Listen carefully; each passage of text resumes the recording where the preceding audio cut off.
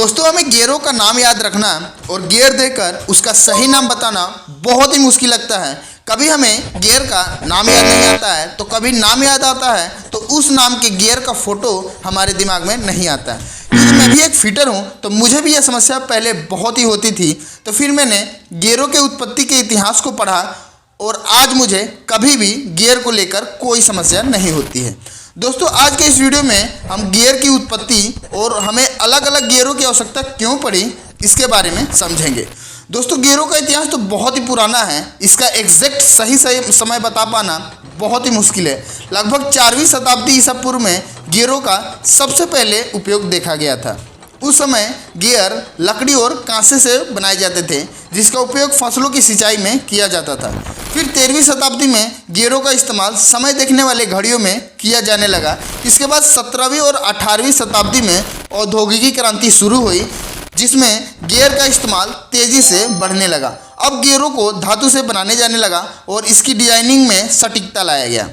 इस समय तक केवल एक ही गियर हुआ करता था जिसे स्पूर गियर कहा जाता है। दोस्तों, गियरों का उपयोग बड़े पैमाने पर मशीनों में होने लगा जिसे स्पूर गियर में समस्या होने लगी। समस्या यह थी कि स्पूर गियर का इस्तेमाल अब वाहनों में होने लगा था और वाहनों में गियर स्पीड घूमते थे क्योंकि स्पूर गियर का दांत समानांतर होता है, यानी कि एक दूसरे के सामने पकड़ के चलता है, जिससे बहुत ही तेज़ी से आवाज़ और कंपन पैदा होता है। जैसे जैसे वाहनों का स्पीड बढ़ता था वैसे वैसे इनमें गियरों का आवाज़ भी बढ़ता था। हाई स्पीड पर दांतों के बीच अचानक संपर्क के कारण कंपन और गर्मी बढ़ जाता था जिससे गियर की लाइफ कम हो जाती है और टूट फूट का खतरा भी बढ़ जाता है। इसके साथ साथ हेवी लोड पर इस्तेमाल करने पर इसके दांत टेढ़े भी हो जाते थे।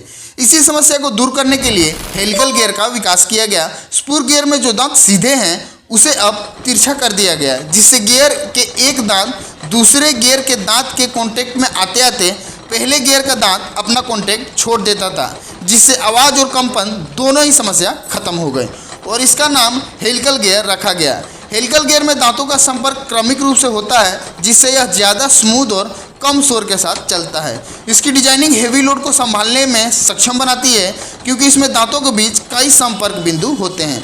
हेलिकल गियर की मजबूती अधिक होती है जिससे यह हाई स्पीड और हाई लोड के लिए सक्षम होता है। यह आमने सामने और क्रॉस शाफ्ट दोनों के लिए उपयोग हो सकता है। इसके साथ साथ हेलिकल गियर के कुछ नुकसान भी हैं। हेलिकल गियर काम करते समय उसके दांतों पर अक्षीय बल उत्पन्न होता है जिसके लिए अतिरिक्त बेयरिंग की आवश्यकता होती है। इसकी डिजाइनिंग और दांतों की कटाई अधिक जटिल होती है जिससे इसे बनाना बहुत ही महंगा पड़ता है।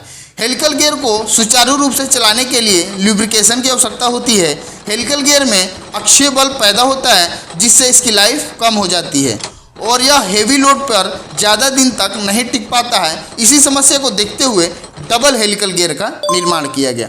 डबल हेलिकल गियर एक प्रकार का हेलिकल गियर है जिसमें दांतों का विपरीत दिशाओं में तिरछा काटा जाता है जिससे यह वी आकार का पैटर्न बनाता है। इसे हेरिबोन गियर भी कहा जाता है। यह डिजाइन हेलिकल गियर की अक्षीय बल की समस्या को हल करने के लिए विकसित किया गया। अभी तक यह जितने भी गियर हैं यह सब आमने सामने के लोड को ट्रांसफर कर रहे थे, लेकिन मशीनरी जगत बहुत ही तेज़ी से आगे बढ़ रहा था। तब हमें 90 डिग्री पे लोड ट्रांसफर करने की आवश्यकता पड़ी और इसी आवश्यकता ने बीवेल गियर को जन्म दिया। ये गियर डिजाइन विशेष रूप से दो शाफ्ट के बीच पावर को एक दूसरे के लंबवत 90 डिग्री पे ट्रांसमिट करने के लिए बनाए गए हैं। बीवेल गियर में शंक्वाकार आकार के गियर होते हैं जिनके दांत शंकु की सतह पर कटे होते हैं। बीवेल गियर के भी बहुत सारे प्रकार बनाए गए हैं। स्ट्रेट बीवेल गियर सीधे दांत वाले, स्पाइरल बीवेल गियर तिरछे और घुमावदार दांत वाले जो स्मूथ ऑपरेशन के लिए सटीक है। हाइपोड गियर यह बीवेल गियर का उन्नत रूप है जो शाफ्ट को ऑफसेट स्थिति में रखते हुए पावर ट्रांसमिट करता है।